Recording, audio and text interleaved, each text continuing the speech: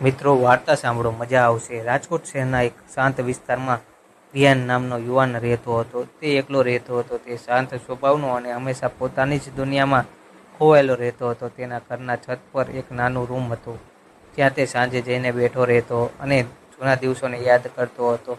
એક દિવસ તેને પોતાના જૂના બોક્સમાં એક ચિઠ્ઠી મળી હતી. એ ચિઠ્ઠી પર માત્ર એક જ નામ લખેલું હતું, કાવ્યા. વિયાનના દિલમાં ધડકન તેજ થઈ ગઈ. કાવ્ય એ તેનો પહેલો પ્રેમ હતો. કોલેજના દિવસોમાં બંને એકબીજાને ખૂબ જ પ્રેમ કરતા હતા, પરંતુ કિસ્મતને કંઈક બીજું જ મનસૂબું હતું. કોઈ ગેરસમજને કારણે બંને અલગ થઈ ગયા. વિયાને ચિઠ્ઠી ખોલી. અંદર લખેલું હતું, વિયાન, જો તું આ વાંચી રહ્યો છે તો કદાચ હું તારી પાસે નથી, પણ હું તને કહેવા માંગુ છું કે હું આજે પણ તને એટલું જ પ્રેમ કરું છું જેટલો હું પહેલાં કરતી હતી. વિયાનના આંખોમાં આંસુ આવી ગયા, પણ એને સમજાયું કે એ ગેરસમજ કેટલી મોટી ભૂલ હતી. બીજા દિવસે વિયાન સીધો કાવ્યના ઘરે ગયો. દરવાજો ખટખટાવ્યો. અંદરથી એક નાની છોકરી બહાર આવી. તમે કોણ? એણે પૂછ્યું. વિયાને ધીમેથી કહ્યું, હું વિયાન. કાવ્ય અહીં છે? છોકરીએ કહ્યું, મમ્મી તો હવે અહીં નથી રહેતી.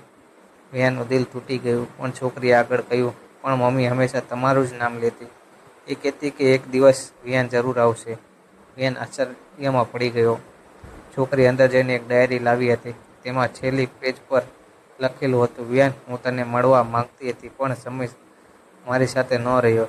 જો તું ક્યારે આવે તો જાણજે કે હું તારી પાસે સૌથી મોટી ખુશી હતી. વિયાને ડાયરીમાંથી હાથમાં લીધી અને આકાશ તરફ જોયું. આંખોમાં આંસુ હતા, પણ દિલમાં શાંતિ પણ હતી. એણે ધીમેથી કહ્યું, કાવ્યા, તારો પ્રેમ આજે પણ મારી સાથે છે. અને તે દિવસથી વિયાને નક્કી કર્યું કે તે પોતાની જિંદગી ફરીથી શરૂ કરશે, પરંતુ આ વખતે કોઈ ગેરસમજને જગ્યા નહીં આપે. મજા આવી હોય તો ચેનલને સબસ્ક્રાઈબ કરજો. મિત્રો, ધન્યવાદ.